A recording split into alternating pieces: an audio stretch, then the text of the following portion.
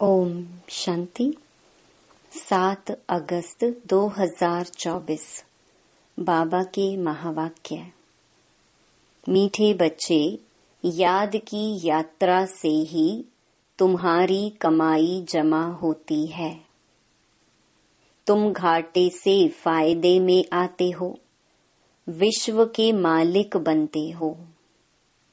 प्रश्न: सत का संग तारे, कुसंग बोरे, इसका अर्थ क्या है?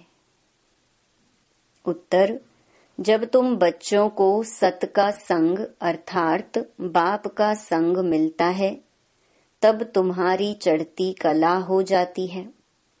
रावण का संग कुसंग है, उसके संग से तुम नीचे गिरते हो, अर्थात रावण तुम्हें डुबोता है। बाप पार ले जाता है।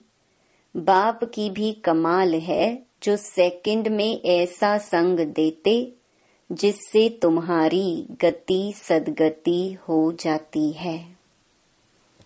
इसलिए उसे जादूगर भी कहा जाता है। ओम शांति।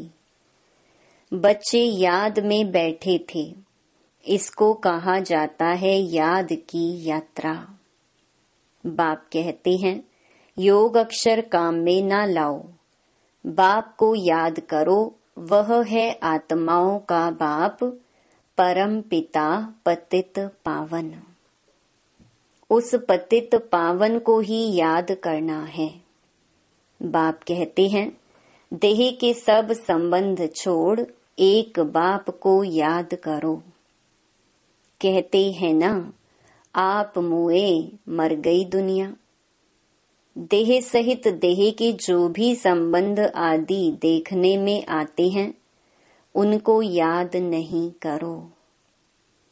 एक बाप को ही याद करो तो तुम्हारे पाप जल जाएंगे। तुम जन्म जन्मांतर की पाप आत्माएं हो ना। यह है ही पाप आत्माओं की दुनिया। सतयुग है पुण्य आत्माओं की दुनिया। अब पाप सब कटकर पुण्य कैसे जमा हो? बाप की याद से ही जमा होंगे। आत्मा में मन बुद्धि है ना, तो आत्मा को बुद्धि से याद करना है। बाप कहते हैं, तुम्हारे जो भी मित्र संबंधी हैं, उन सबको भूलो। वह सब एक दो को दुख देते हैं। एक पाप करते हैं जो काम कटारी चलाते हैं, दूसरा पाप फिर क्या करते हैं? जो बाप सर्व का सद्गति दाता है, बच्चों को बेहद का सुख देते हैं, अर्थात स्वर्ग का मालिक बनाते हैं, उसे सर्वव्यापी कह देते हैं। यह पाठशाला है, तुम आए हो यह पढ़ने। यह लक्ष्मी नारायण है तुम्हारी एम ऑब्जेक्ट। और कोई ऐसे कह न सके। तुम जानते हो, अभी हमको पवित्र बन पवित्र दुनिया का मालिक बनना है। हम ही विश्व के मालिक थे। पूरे 5000 वर्ष हुए। देवी देवता विश्व के मालिक है ना। कितना ऊंच पद है। जरूर यह बाप ही बनाएंगे। बाप को ही परमात्मा कहते हैं। उनका असुल नाम है शिव। फिर बहुत नाम रख दिए हैं। जैसे बॉम्बे में बबूलनाथ का मंदिर है, अर्थात कांटों के जंगल को फूलों का बगीचा बनाने वाला है। नहीं तो उनका असली नाम एक ही शिव है।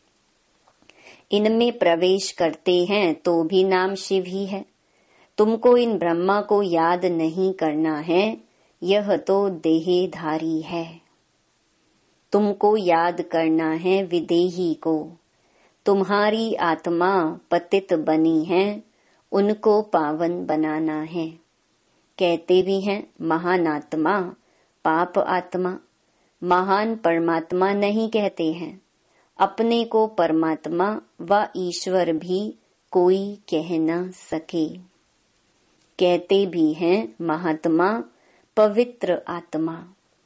सन्यासी सन्यास करते हैं, इसलिए पवित्र आत्मा है। बाप ने समझाया है, वह भी सभी पुनर्जन्म लेते हैं। देहधारियों को पुनर्जन्म जरूर लेना पड़ता है। विकार से जन्म ले, फिर जब बड़े बालिग बन जाते हैं तो सन्यास कर लेते हैं। देवताएं तो ऐसे नहीं करते, वह तो एवर पवित्र हैं। बाप अभी तुमको आसुरी से दैवी बनाते हैं। दैवी गुण धारण करने से दैवी संप्रदाय बनेंगे। दैवी संप्रदाय रहते हैं सतयुग में, आसुरी संप्रदाय रहते हैं कलयुग में। अभी है संगम युग। अब तुमको बाप मिला है, कहते हैं अब तुमको फिर दैवी संप्रदाय बनना है जरूर। तुम यहाँ आए ही हो दैवी संप्रदाय बनने। दैवी संप्रदाय वालों को अथाह सुख है। इस दुनिया को कहा जाता है हिंसक, देवताएं हैं अहिंसक। बाप कहते हैं, मीठे मीठे रूहानी बच्चों, बाप को याद करो।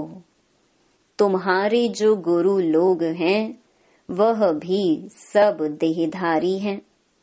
अभी तुम आत्माओं को परमात्मा बाप को याद करना है। सुख तब मिलेगा जब तुम पुण्य आत्मा बनेंगे।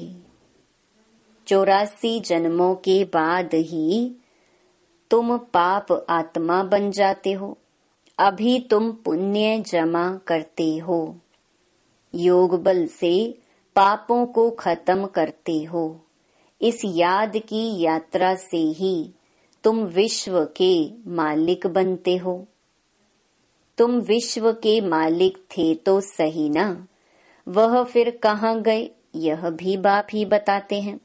तुमने 84 जन्म लिए, सूर्यवंशी चंद्रवंशी बने। कहते भी हैं भक्ति का फल भगवान देते हैं। भगवान कोई देहधारी को नहीं कहा जाता है, वह है ही निराकार शिव। उनकी शिवरात्रि मनाते हैं तो जरूर आते हैं ना। परंतु कहते हैं मैं तुम्हारे सदृश्य जन्म नहीं लेता हूँ। मुझे शरीर का लोन लेना पड़ता है, मुझे अपना शरीर नहीं है। अगर होता तो उनका नाम होता। ब्रह्मा नाम तो इनका अपना है। इसने सन्यास किया तब नाम ब्रह्मा रखा है। तुम हो ब्रह्मा कुमार कुमारियां। नहीं तो ब्रह्मा कहाँ से आया? ब्रह्मा है शिव का बेटा। शिव बाबा अपने बच्चे ब्रह्मा में प्रवेश कर तुमको ज्ञान देते हैं। ब्रह्मा विष्णु शंकर भी इनके बच्चे हैं। निराकार बाप के सब बच्चे निराकार हैं। आत्माएं यहाँ आकर शरीर धारण कर पाठ बजाती हैं। बाप कहते हैं मैं आता ही हूँ पतितों को पावन बनाने। मैं इस शरीर का लोन लेता हूँ। शिव भगवानुवाच है ना। श्री कृष्ण को तो भगवान नहीं कह सकते, भगवान तो एक ही है। श्री कृष्ण की महिमा ही अलग है। पहला नंबर देवता है राधे कृष्ण, जो स्वयंवर के बाद फिर लक्ष्मी नारायण बनते हैं, परंतु यह कोई जानते नहीं। राधे कृष्ण का किसको भी पता नहीं है, वह फिर कहाँ चले जाते हैं।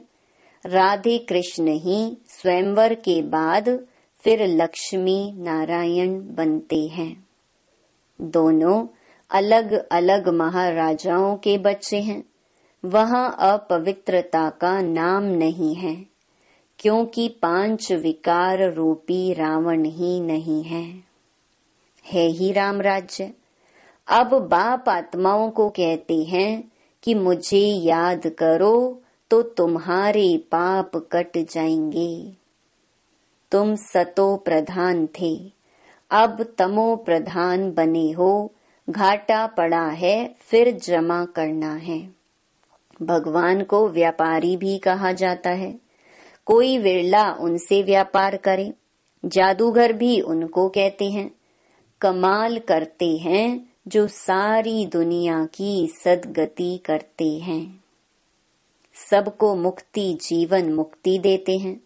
जादू का खेल है ना, मनुष्य मनुष्य को दे नहीं सकते। तुम 63 जन्म भक्ति करते आए हो। इस भक्ति से कोई ने सद्गति को पाया है? कोई है जो सद्गति दे? हो नहीं सकता। एक भी वापस जा नहीं सकता। बेहद का बाप ही आकर सबको वापस ले जाते हैं। कलयुग में अनेक राजाएं हैं, वहां तुम थोड़े राज्य करते हो। बाकी सब आत्माएं मुक्ति में चली जाती हैं। तुम जाते हो जीवन मुक्ति में वाया मुक्ति धाम। यह चक्कर फिरता रहता है। अभी तुम आत्माओं को दर्शन हुआ है इस सृष्टि चक्र का, रचयिता और रचना के आदि मध्य अंत का। तुम ही इस ज्ञान से नर से नारायण बनते हो। देवताओं की राजधानी स्थापन हो गई, फिर तुमको ज्ञान की दरकार नहीं रहेगी। भक्तों को भगवान ने फल दिया आधा कल्प सुख का, फिर रावण राज्य में दुख शुरू होता है। आहिस्ते आहिस्ते सीढ़ी उतरते हैं। तुम सतयुग में हो तो भी एक दिन जो बीता सीढ़ी उतरनी होती है। तुम 16 कला संपूर्ण बनते हो, फिर सीढ़ी उतरते ही रहते हो। सेकंड बाय सेकंड टिक टिक होती है, उतरते ही जाते हैं। समय बीतते बीतते इस जगह आकर पहुँचे हो। वहाँ भी तो ऐसे ही घड़ियां बीतती जाएंगी। हम सीढ़ी चढ़ते हैं एकदम फट से, फिर सीढ़ी उतरनी है जूं मिसल। बाप कहते हैं, मैं सर्व की सद्गति करने वाला हूँ। मनुष्य मनुष्य की सद्गति कर न सके, क्योंकि वह विकार से पैदा होते हैं, पतित हैं। वास्तव में श्री कृष्ण को ही सच्चा महात्मा कह सकते हैं। यह महात्मा लोग तो फिर भी विकार से जन्म ले फिर संन्यास करते हैं। वह तो हैं देवता। देवताएं तो सदैव पवित्र हैं।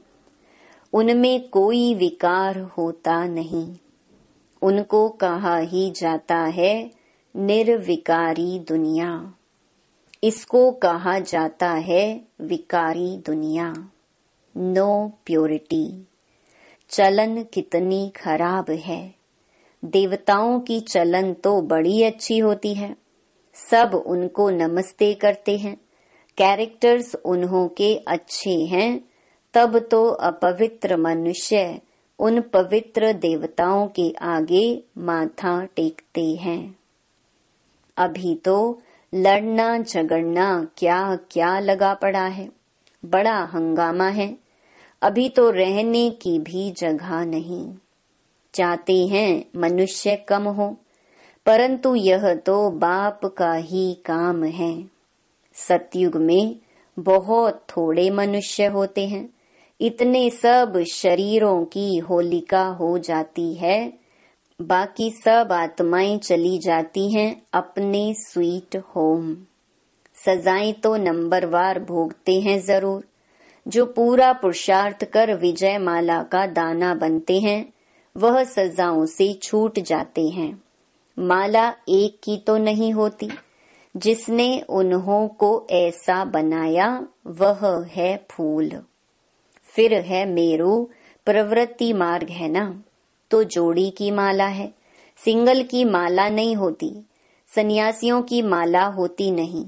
वह है निवृत्ति मार्ग वाले। वह प्रवृत्ति मार्ग वालों को ज्ञान दे न सके। पवित्र बनने के लिए उनका है हद का सन्यास। वह है हठ योगी। यह है राजयोग। राजाई प्राप्त करने के लिए बाप तुमको यह राजयोग सिखलाते हैं। बाप हर 5000 वर्ष बाद आते हैं। आधा कल्प तुम राजाई करते हो सुख में, फिर रावण राज्य में आहिस्ते आहिस्ते तुम दुखी हो जाते हो। इसको कहा जाता है सुख दुख का खेल। तुम पांडवों को जीत पहनाते हैं। अब तुम हो पंडे, घर जाने की यात्रा कराते हो। वह यात्राएं तो मनुष्य जन्म जन्मांतर करते आए हैं। अब तुम्हारी यात्रा है घर जाने की। बाप आकर सबको मुक्ति जीवन मुक्ति का रास्ता बताते हैं। तुम जीवन मुक्ति में, बाकी सब मुक्ति में चले जाएंगे। हाहाकार के बाद फिर जय जयकार हो जाती है। अभी है कलयुग का अंत। आफतें तो बहुत आने की हैं। फिर उस समय तुम याद की यात्रा में रह नहीं सकेंगे, क्योंकि हंगामा बहुत हो जाएगा। इसलिए बाप कहते हैं अब याद की यात्रा को बढ़ाते जाओ तो पाप भस्म हो जाएं, और फिर जमा भी करो। सतो प्रधान तो बनो। बाप कहते हैं मैं हर कल्प के पुरुषोत्तम संगम युग पर आता हूँ। यह तो बहुत छोटा सा ब्राह्मणों का युग है। ब्राह्मणों की निशानी चोटी होती है। ब्राह्मण, देवता, क्षत्रिय, वैश्य, शूद्र, यह चक्र फिरता ही रहता है। ब्राह्मणों का बहुत छोटा कुल होता है।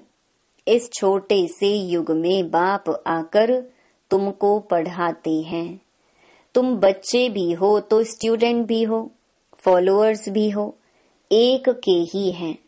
ऐसा कोई मनुष्य होता नहीं जो बाप भी हो, शिक्षा देने वाला टीचर भी हो, सृष्टि के आदि मध्य अंत का ज्ञान देता हो, फिर साथ में भी ले जाए। ऐसा कोई मनुष्य हो न सके। यह बातें अभी तुम समझते हो। सतयुग में भी पहले पहले बहुत छोटा झाड़ होता है, बाकी सब शांति धाम में चले जाएंगे। बाप को कहा जाता है सर्व का सद्गति दाता। बाप को बुलाते हैं हे पतित पावन बाबा आओ। दूसरे तरफ फिर कहते हैं परमात्मा कुत्ते बिल्ली पत्थर ठिक्कर सब में है। बेहद के बाप का अपकार करते हैं। बाप जो विश्व का मालिक बनाते, उनको डिफेम करते हैं। इसे ही कहा जाता है रावण का संग दोष। सत का संग तारे कुसंग डुबोए। रावण राज्य शुरू होता है तो तुम गिरने लग पड़ते हो। बाप आकर के तुम्हारी चढ़ती कला करते हैं। बाप आकर मनुष्य को देवता बनाते हैं तो सर्व का भला हो जाता है। अभी तो सब यहाँ हैं, बाकी जो भी रहे हुए हैं वह आते रहते हैं। जब तक निराकारी दुनिया से सब आत्माएं आ जाएंगी, तब तक तुम इम्तिहान में भी नंबरवार पास होते जाएंगे। इनको कहा जाता है रूहानी कॉलेज। रूहानी बाप रूहानी बच्चों को पढ़ाने आते हैं। रावण राज्य आया तो फिर शरीर छोड़ अपवित्र राजा बने और पवित्र देवताओं के आगे माथा टेकने लगे। आत्मा ही पतित अथवा पावन बनती है। आत्मा पतित तो शरीर भी पतित मिलता है। सच्चे सोने में खाद पड़ती है तो खाद का जेवर हो जाता है। अब आत्मा से खाद निकले कैसे? योग अग्नि चाहिए, उनसे तुम्हारे विकर्म विनाश हो जाएंगे। आत्मा में चांदी तांबा लोहा पड़ गया है, यह है खाद। आत्मा सच्चा सोना है, अब झूठी बन गई है। वह खाद निकले कैसे? यह है योग अग्नि। ज्ञान चिता पर बैठे हो, आगे थे काम चिता पर। बाप ज्ञान चिता पर बिठाते हैं, सिवाय ज्ञान सागर बाप के और कोई ज्ञान चिता पर बिठा न सके। मनुष्य भक्ति मार्ग में कितनी पूजा करते रहते हैं, लेकिन किसको जानते नहीं। अभी तुम सबको जान गए हो, तुम सब देवता बनते हो, तो फिर पूजा की बात ही खत्म हो जाती है। जब रावण राज्य शुरू होता है, तब भक्ति शुरू होती है। अच्छा, मीठे मीठे सिकीलधे बच्चों प्रति मात पिता बाप दादा का याद प्यार और गुड मॉर्निंग। रूहानी बाप की रूहानी बच्चों को नमस्ते। धारणा के लिए मुख्य सार। पहला, सजाओं से मुक्त होने के लिए विजय माला का दाना बनने का पुरुषार्थ करना है। रूहानी पंडा बन सबको शांति धाम घर की यात्रा करानी है। दूसरा, याद की यात्रा को बढ़ाते बढ़ाते सब पापों से मुक्त हो जाना है। योग अग्नि से आत्मा को सच्चा सोना बनाना है, सतो प्रधान बनना है। वरदान, हर घड़ी को अंतिम घड़ी समझ सदा एवर रेडी रहने वाले तीव्र पुरुषार्थी भव। अपनी अंतिम घड़ी का कोई भरोसा नहीं है, इसलिए हर घड़ी को अंतिम घड़ी समझते हुए एवर रेडी रहो। एवर रेडी अर्थात तीव्र पुरुषार्थी। ऐसे नहीं सोचो कि अभी तो विनाश होने में कुछ टाइम लगेगा, फिर तैयार हो जाएंगे। नहीं, हर घड़ी अंतिम घड़ी है, इसलिए सदा निर्मोही, निर्विकल्प, निर्व्यर्थ, व्यर्थ भी नहीं, तब कहेंगे एवर रेडी। कोई भी कार्य रहे हुए हो, लेकिन अपनी स्थिति सदा उपराम हो। जो होगा वो अच्छा होगा।